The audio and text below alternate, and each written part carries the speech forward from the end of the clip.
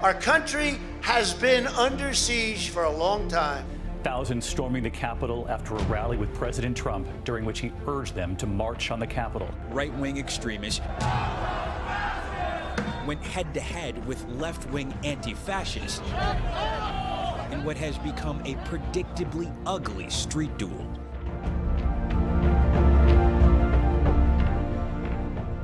Polarization occurs in a society when all the richness and multiplicity of people's identities, which are often quite various, start collapsing into a single dimension. So if you think about who is a person and what are their set of identities, it could include their religious identity, their political beliefs, their occupational identities, their hobbies, their ethnicity, gender. It could include many, many things. As things polarize, it's like all those identities begin to collapse into a single dimension where the most important thing is where you fall politically. And all that richness begins to be lost. Polarization is at its highest point in the United States in over 40 years, which is as long as we've been measuring it. At one level, polarization is just the distance between the political parties. And we can see that in Congress, that the views of the average Republican and the views of the average Democrat have become increasingly further apart. What's different about the polarization we're facing now is it's not driven by in-group love. It's not as if people have greater pride in their political party than they did 40 years ago. What's new is that they really despise the other party. I think people, regardless of sort of where they come from, have this sense of feeling under attack. And when you feel like you're on the defensive, you are less willing to compromise, you're less willing to listen to the other side, and you become more aggressive. Businesses have become more polarized. There's very, very interesting data showing that C-suites have become either more Republican or more Democrat quite dramatically in the last decade. You have a lot more businesses really trying to stoke the culture wars and stoke polarization for brand advantage. Humans are meaning-making creatures. We need meaning to feel good about ourselves, to feel comfortable. Historically, there were any number of places we could find that. We could find that in our synagogue, our mosque, our church. We could find that in our PTA group. We could find that in various civic organizations. And what we're seeing is all of those places are one by one becoming less prominent, becoming less prevalent, they're disappearing. And as a result, politics are becoming that tribal identity. They are taking the place of religion, civic societies, friendships even. I think the internet has created a paradox. We expected it to connect us to people and find commonalities with people and communities that we couldn't otherwise find. And I think for some people it's done that. But what all the data suggests is that we're lonelier than ever. Over 4 billion people are now on social media. They're online a lot, up to 3 hours a day. So they're scrolling through about 300 feet of newsfeed a day. That's the height of the Statue of Liberty. The things that grab their attention are going to tend to be the most extreme, provocative, emotional content. And that content often includes misinformation. When you're in an autocracy or a dictatorship where media is controlled by the government, it's very good for democracy, I think, in the sense that you can have these movements now start to spread on channels that the government cannot control. Healthy democracies, like the United States, seem to be paying a price with social media. So social media is amplifying extreme voices, divisive language, and fostering greater conflict.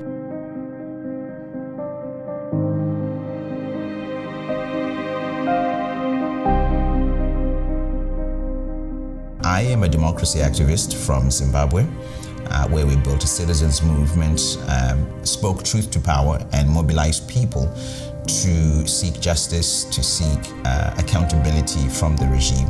But currently in the US, I work with an organization called Renew Democracy Initiative. I'm the director for education. I think amongst the biggest lessons that personally I've learned from Zimbabwe is not allowing the small cracks to go unchallenged. Because essentially in Zimbabwe, that's what allowed us to eventually have a full-blown dictatorship. People became apathetic concerning their involvement in the process of democracy. The eventual collapse is a result of these small beginnings or these moments where we feel like, well, it doesn't matter, let's leave it alone. The loss of democracy is not an event. it's a process.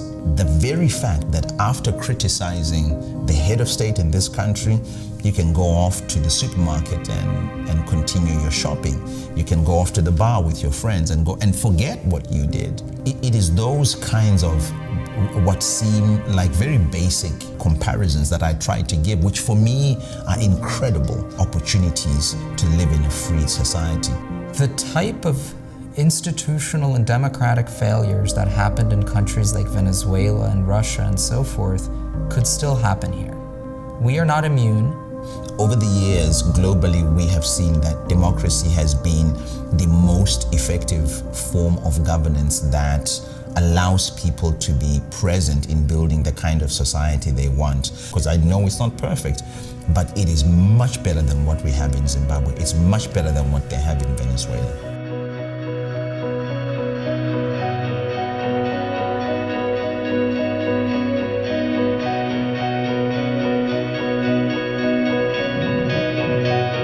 Democracy is this political gift we've been given to actually have a voice in the community and world that we live in. If we can create more service opportunities, more opportunities for people to have this common experience, we feel like we can make a real dent in the polarization and division that exists in the society. We're creating opportunities for young people to contribute in a meaningful way in their community by making an impact on key issues like climate change, food insecurity, education disparities. We've launched the country's first statewide climate corps called the California Climate Action Corps. We've launched a big program that I call the California's GI Bill called College Corps that provides debt-free pathways to students who serve. We've created a Jobs Corps program that creates meaningful opportunities for low-income youth, formerly incarcerated, to serve their community in a meaningful way. Service is a really powerful tool to bring people together, where you get to have a common experience with someone who may be very different than you, may have a very different background, a very different perspective, a very different ideology.